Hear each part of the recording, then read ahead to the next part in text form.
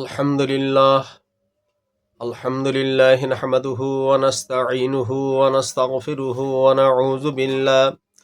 নাউযু বিল্লাহি মিন শুরুরি আনফুসিনা ওয়া মিন সাইয়্যাতি আ'মালিনা মান ইয়াহদিল্লাহু ফালা মুদিল্লা লাহু ওয়া মান ইউদ্লিলহু ফালা হাদিয়া লাহু ওয়া নাশহাদু আল লা ইলাহা ইল্লাল্লাহু ওয়াহদাহু লা শারীকা লাহু ونشهد أن سيدنا وحبيبنا ونبينا ومولانا محمدا عبده ورسوله فقد قال الله تبارك وتعالى في كلام المجيد والفرقان الحميد بسم الله الرحمن الرحيم إن الله وملائكته يصلون على النبي يا أيها الذين آمنوا صلوا عليه وسلموا تسليما اللهم صل على سيدنا مولانا محمد وعلى آل سيدنا মাওলানা মুহাম্মদ। সম্মানীয় সুধী, দেশ বিদেশ দূরে কাছে যারা আমার এই প্রোগ্রামগুলো দেখেন, আমি সকলকে হার্দিক অভিনন্দন, শুভেচ্ছা, ভালোবাসা ও সালাম জ্ঞাপন করছি। আসসালামু আলাইকুম ওয়া রাহমাতুল্লাহি ওয়া বারাকাতুহু। আজকের একটা গুরুত্বপূর্ণ বিষয় নিয়ে আপনাদের সম্মুখে আমি আলোচনা করতে চাচ্ছি। সেটা হলো পবিত্র মাহে রমজানুল মোবারক মাসের শেষ দশকে আমরা উপনীত হয়েছি। এই মাহে রমজানুল মোবারক মাসের শেষ উপনীত হওয়ার ফলে আমাদের প্রত্যেকের মনে একটা চিন্তা, একটা ভাবনা আমাদের রয়েছে যে লাইলাতুল কদর কখন আমরা পাবো, কোন দিনে পাবো, এ বিষয়ে আমাদের মনে একটা দাগ বা রেখাপাত সর্বদা কেটে চলেছে। দেখুন, আল্লাহ তাআলা এই মাস সংক্রান্ত বিষয়ে, এই লাইলাতুল কদর সংক্রান্ত বিষয়ে বর্ণনা করেছেন। বিসমিল্লাহির রহমানির রহিম। ইন্না আনজালনাহু ফি লাইলাতিল কদর ওয়ামা আদরাকা মা লাইলাতুল কদর। আল্লাহ তাআলা তিনি তার হাবিব, তিনি তার নবীকে বলছেন, নবী, লাইলাতুল কদর কি তুমি জানো? আল্লাহ তাআলা এ প্রশ্ন করার সঙ্গে সঙ্গে তিনি উত্তর দিয়েছেন, নবীরে, লাইলাতুল কদর হলো কি তুমি কি জানো? লাইলাতুল কদর খায়রুম মিন আলফি শাহর, 1000 মাস অপেক্ষা উত্তম হলো লাইলাতুল কদর। লাইলাতুল কদর যদি কেউ ইবাদত করে, তো বলা হচ্ছে 1000 মাস যদি কেউ ইবাদত করে, তার থেকে উত্তম হলো লাইলাতুল কদরে তাকে ইবাদত করা। এজন্যে আল্লাহ তাআলা আমাদেরকে কোরআন শরীফে এর মহত্ব, এর গুরুত্ব, এর সম্মান, এর ইজ্জত কত বেশি সেটা জানিয়ে দিয়েছেন। রাসূল আকরাম সাল্লাল্লাহু আলাইহি ওয়াসাল্লাম বর্ণনা করেছেন, বুখারী এবং মুসলিমের বর্ণনায় এসেছে, আল্লাহ রাসূল সাল্লাল্লাহু আলাইহি ওয়াসাল্লাম বলেছেন, তোমরা রমজান মাসের শেষ দশকে লাইলাতুল কদরকে তোমরা অন্বেষণ করো, অনুধাবন করো। কেন না, আল্লাহর নবী যেহেতু বলেছেন এটা সঠিক এবং সত্য, আমরা লাইলাতুল কদরটাকে অনুসন্ধান করব 20টা রোজার পর থেকে।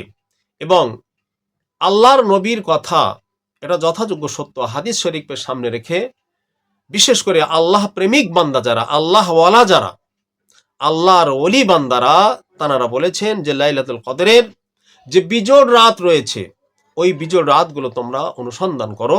আশা করা যায় তোমাদের মধ্যে লাইলাতুল কদর মিলে যাবে। তাছাড়া হানাফিদের একটা মতবাদ রয়েছে, অধিকাংশ ওলামায়েদের মতামত এটা যে বিজোড় রাত তোমরা অনুসন্ধান করো, তবে এর মধ্যে 27 তারিখটার গুরুত্ব সকলেই দিয়েছেন, যে 27 তারিখে লাইলাতুল কদর পাওয়াটা সম্ভাবনা খুবই বেশি। যাই হোক, আমি আপনাদের কাছে এই লাইলাতুল কদর সংক্রান্ত বিষয়ে একটা কথা উত্থাপন করতে চাচ্ছি, যে লাইলাতুল কদর যখন আসবে আমরা বুঝবো কি করে। আল্লাহ ওয়ালারা, আল্লাহ প্রেমিক যারা, আল্লাহর প্রেমে যারা লিপ্ত থাকেন, আল্লাহর প্রেমে যারা নিজেদের জীবনকে উৎসর্গিত করেছেন, সেই সমস্ত ব্যক্তিবর্গ, সেই সমস্ত আল্লাহ ওয়ালাদের কথা আমি আপনাদের কাছে তুলে ধরছি। এখানে কতগুলো রেফারেন্স বা কোটেশন রয়েছে যে লাইলাতুল কদর আমরা কিভাবে চিনে নেব, সেগুলো আমরা কিভাবে বুঝবো। বলছি, দেখো, লাইলাতুল কদরের রজনী বা রাত যখন আসবে, একদিকে আল্লাহর নবী একটা ফ্রেসি করে দিয়েছেন যে 30টা দিন তোমাদের অনুসন্ধান করতে হবে না, তোমরা রমজান মাসের শেষ 10 দিন তোমরা অনুসন্ধান করো। তাহলে রমজানের শেষ 10 দিন, অতএব 20 পর থেকে 30 পর্যন্ত। তাহলে এখানে আমরা পেয়েছি কি, যে দেখো, এই 10টা দিন শেষ দশকটা আমাদের অনুসন্ধান করতে বলেছেন। তাহলে সেখানে আমরা দেখছি যে আল্লাহ প্রেমিক আল্লাহওয়ালারা যারা লাইলাতুল কদরকে নিজেদের জীবনে বরণ করেছেন, যারা লাইলাতুল কদর পেয়েছেন, তারা কিভাবে বলেছেন, তারা কি লক্ষণ পেয়েছেন, কি চিহ্ন পেয়েছেন, সেগুলো নিয়ে আমরা সংক্ষেপে একটু আলোচনা করব। সেখানে বলা হয়েছে যে ওই রাত্রে না গরম এবং না ঠান্ডা, নাতিশীতোষ্ণ ভাব, মানুষ অত্যন্ত আনন্দের সঙ্গে ইবাদত করবে, ঠান্ডাও লাগবে না, গরমও লাগবে না। তাহলে দেখুন একটা খুব গুরুত্বপূর্ণ বিষয় এখানে আমাদের কাছে ফুটে উঠেছে। এবং ওই রাত্রে ইবাদত করার পর সকাল যখন হবে, সূর্য যখন পূব গগন থেকে উদিত হবে, সূর্য উদয় হওয়ার সময় দেখা যাবে সূর্যের যে আলো, তার যে প্রভাব, তার যে রশ্মি, সূর্যের রশ্মিটা হবে খুব ম্রিয়মান, খুব হালকা, শান্ত হবে। এবং ওই সূর্যটা থেকে মনে হবে যেন পূর্ণিমার একটা চাঁদ, একটা থালার মতো আকৃতি ধারণ করবে। এগুলো হলো লাইলাতুল কদরের চিহ্ন। তাছাড়াও বলা হয়েছে এই রাত্রিতে মানুষের মন মেজাজ পরিবেশটা খুব শান্ত থাকবে, খুব ভালো হবে, এবং প্রত্যেকটা মানুষ শান্তি শৃঙ্খলার সঙ্গে চলাফেরা করবে, তাদের কথাবার্তা আচার আচরণগুলো খুব শান্ত। এগুলো হলো লাইলাতুল কদর একটা বিরাট বৈশিষ্ট্য। শুধু তাই নয়, রাত্রে যখন মানুষ এবাদত করবে, তার এবাদতে একাগ্রতা আসবে, এবাদতে তার মন, তার চিন্তা ভাবনাটা খুব মনোনিবেশ সহকারে হবে, খুব ঠান্ডা মৃদুভাবে, হালকাভাবে, কোনরূপ কোনো দ্বন্দ্ব ফাসাতে যাবে না। মানুষ শান্ত চিত্রে একাগ্রতার সঙ্গে সে ইবাদত করবে এবং সমস্ত সৃষ্টি জগৎ আল্লাহ তাআলার সেজদায় নিজেদেরকে লুটিয়ে দেবে। সমস্ত সৃষ্টি জগৎ আল্লাহর সেজদাতে পড়ে থাকবে, আল্লাহর সেজদায় পতিত হবে। আল্লাহর সেজদা করার জন্য সৃষ্টি জগৎ ব্যাকুল হয়ে থাকবে, সকলেই আল্লাহকে সেজদা করবেন। দেখুন, এরপরে বলা হয়েছে যে মানুষের শরীর, এই শরীরে মাঝে মাঝে শিহরণ জাগবে। রাস্তাঘাটে পথে আল্লাহর মোমেন মান্দা যারা, আল্লাহওয়ালা যারা, আল্লাহ প্রেমিক যারা এ রাস্তা দিয়ে চলাফেরা করবে, সেই সময় তাদের শরীরে মাঝে মাঝে শিহরণ জাগবে। আল্লাহর ফেরেশতাদের সঙ্গে তাদের সাক্ষাৎও ঘটে যাবে, অনেকের সঙ্গে মোসাফাও হবে। এগুলো তারা বুঝতে পারবে, তারা জানতে পারবে। এগুলো হলো আল্লাহওয়ালাদের লাইলাতুল কদর পাওয়ার বৈশিষ্ট্য। তারা কিভাবে পেয়েছেন, এই চিহ্নগুলো তারা দিয়েছেন। শুধু তাই নয়, আল্লাহর ফেরেশতারা, কোরআনে বলা হয়েছে, এই সূরায় বলা হয়েছে যে ইন্না আনজালনাহু ফি লাইলাতুল কদর ওয়া মা আদরাকা মা লাইলাতুল কদর লাইলাতুল কদর খায়রুম মিন আলফি শাহরিন তানাজ্জালুল মালাইকাতু ওয়ার রূহ। অসংখ্য আল্লাহর ফেরেশতারা অবতীর্ণ হবেন। তাদের কমান্ডার যিনি হবেন, তাদের নেতৃত্ব যিনি দেবেন, নেতাইন তিনি হবেন, তিনি হলেন হযরত জিবরাইল আলাইহিস সালাতু ওয়াস সালাম। জিবরিল আমিন ফেরেশতা, তিনি এ দুনিয়ার জমিনে অবতরণ করবেন। সঙ্গে বহু অসংখ্য ফেরেশতারা থাকবেন, তাদেরকে নিয়ে উনি এই জমিনে আসবেন। বলা হয়েছে ফেরেশতারা একে অপরের সঙ্গে যখন কথা বলবে, কনভারসেশন করবে, কথোপকথন করবে, একে অপরের সঙ্গে কথা বলার সময় এই আওয়াজগুলো আল্লাহর মোমেন বান্দা, আল্লাহ তাআলা যাদের অন্তর চক্ষু দিয়েছেন, অন্তর কান দিয়েছেন, এ কান আমরা বাহ্যিক জগতে শুনি, রুহানি হালাতের যে ব্যাপার আল্লাহ তাদের দিয়েছেন, তারা ফেরেশতাদের এই কথোপকথনগুলো শুনতে পাবে। আল্লাহর ফেরেশতারা যে কথা বলবেন, এই আওয়াজগুলো তাদের কানে আসবে, তারা বুঝতে পারবে, তারা জানতে পারবে। শ্রদ্ধেয় দিন দরদি মুসলমান ভাইরা, একটা জিনিস বোঝার আছে, আমরা সদা সর্বদা একই কথা বলে থাকি যে বায়াত আমাদের জন্য অপরিহার্য। দেখুন, বায়াতবিহীন মানুষের অন্তর এভাবে এই কাজগুলো শুনতে, জানতে, বুঝতে পারবে না। একটা ফেরেশতাদের কথোপকথন তখন একজন ব্যক্তি শুনবে যখন আল্লাহর সঙ্গে তার প্রেম, তার ভালোবাসা, তার চিন্তা ভাবনা একদম ওতপ্রোতভাবে জড়িত হবে। তার অন্তর্দৃষ্টি যখন খোলা থাকবে, এই অন্তর্দৃষ্টি খোলা থাকলে আল্লাহ তাআলার কাছে সে প্রার্থনা করবে, আল্লাহর ফেরেশতাদের এই কথাগুলো তার কানে আসবে। সে রাত্রে যখন ঘুমাবে, কিছুক্ষণ যখন ইবাদত করার পর তন্দ্রা ভাব আসবে, আল্লাহ তাআলা তাকে ইলহাম করবেন, আল্লাহর ইলহামের দ্বারা সেও বুঝে যাবেন। এজন্যে আমরা অনুরোধ করি যে সদা সর্বদা সকল শ্রেণীর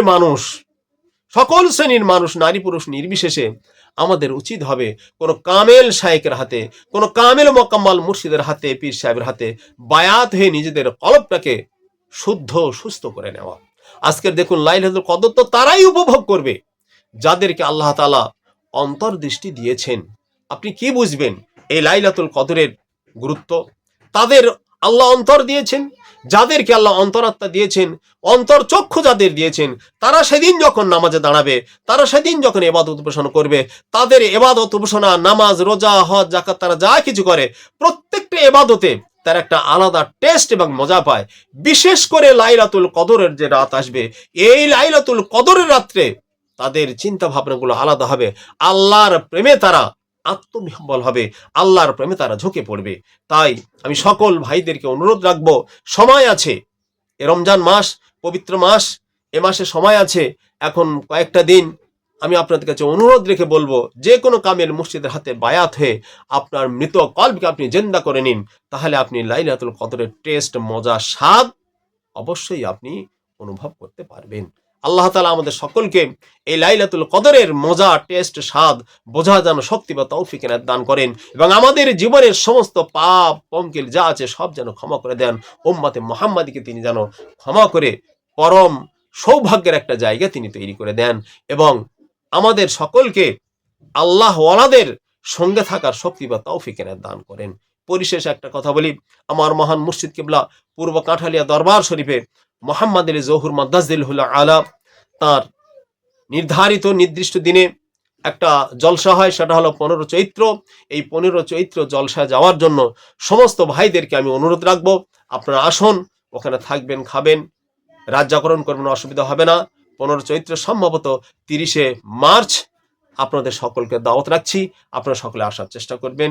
ওয়া আখির দাওয়ানা আনিল হামদুলিল্লাহি রাব্বিল আলামিন। আসসালামু আলাইকুম ওয়া রাহমাতুল্লাহি ওয়া বারাকাতুহু।